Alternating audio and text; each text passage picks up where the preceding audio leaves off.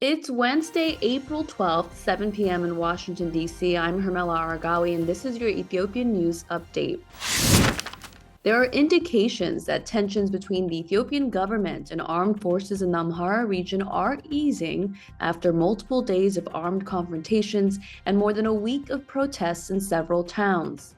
A government official says today the situation has calmed in much of the region, and most members of the special forces have accepted a plan to restructure regional forces and bring them in line with the national army.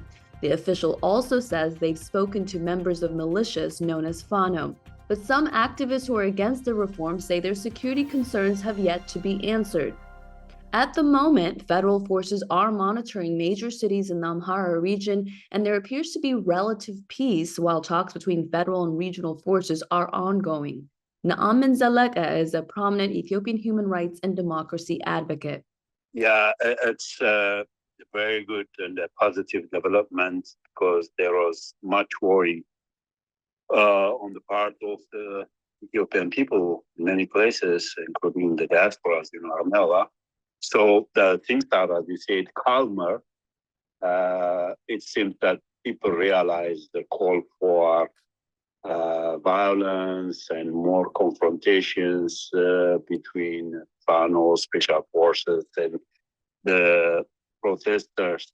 That of the federal government is not tenable. It's not the best solution, but I guess there is a realization that the concern of the Amara region, the preconditions the special forces put forward should be addressed in a more amicable, peaceful, and just way.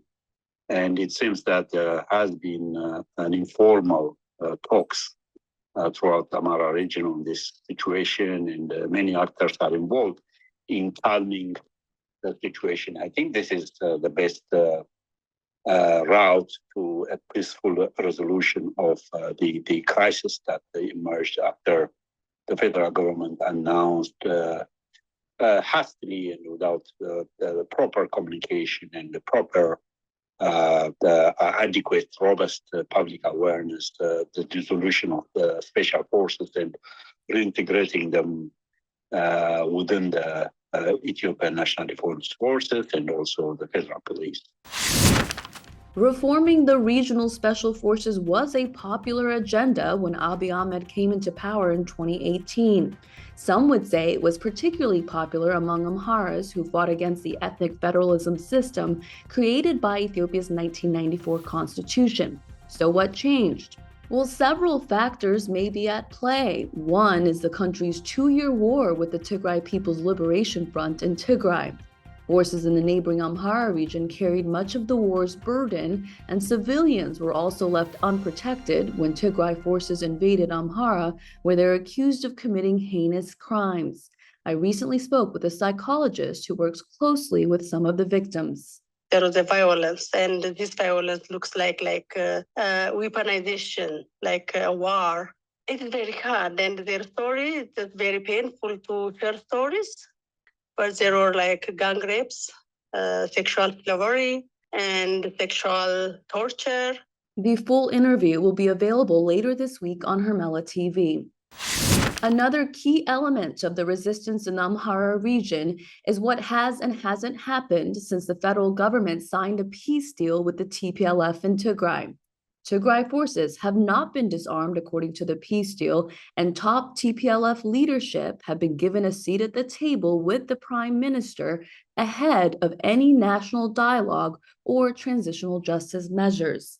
And then there's the ongoing targeting of ethnic Amharas by terrorist forces in Western Oromia. Many say these are some of the reasons why they don't trust the government. Naaman Zaleka says the government should have been more thoughtful with how it rolled out the new policy. The central lesson for government decision makers, policy makers, is that they should be very transparent in their intentions dealing with complex and sensitive issues like this. They should create an awareness, and also because there has been so much distrust on the part of the general public in Ethiopia, in general and the Amhara region people in particular, due to several other,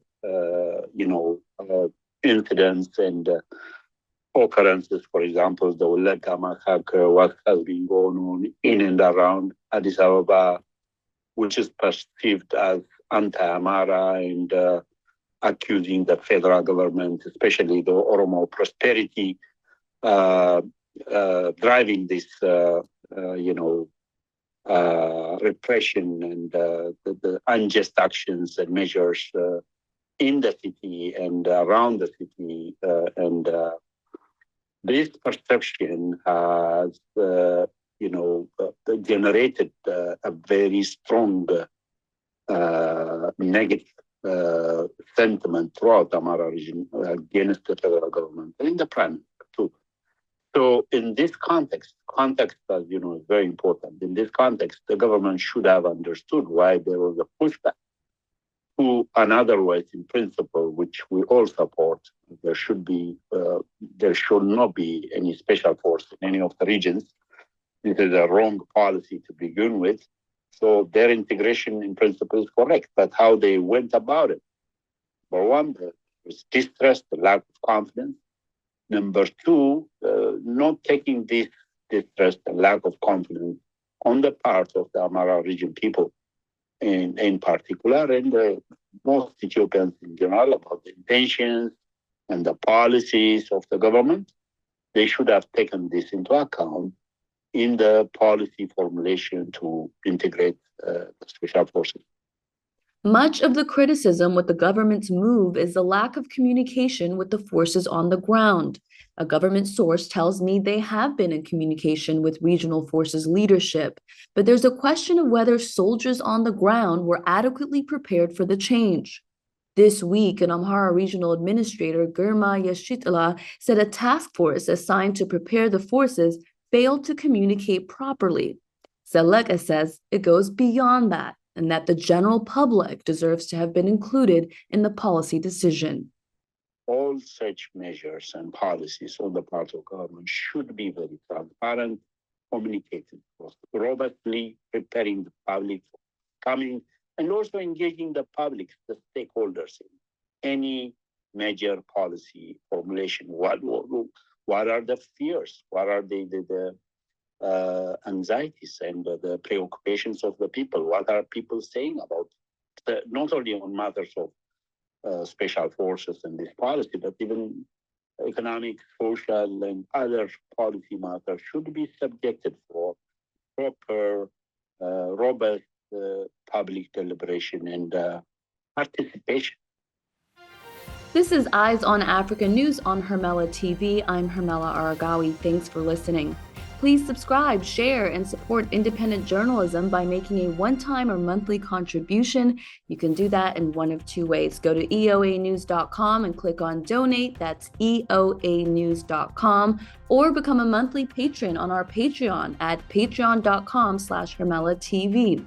That's patreon.com/Hermela TV. Or you can download the Patreon app, sign up, find Hermela TV, and hit become a patron to get started. Thanks for your support.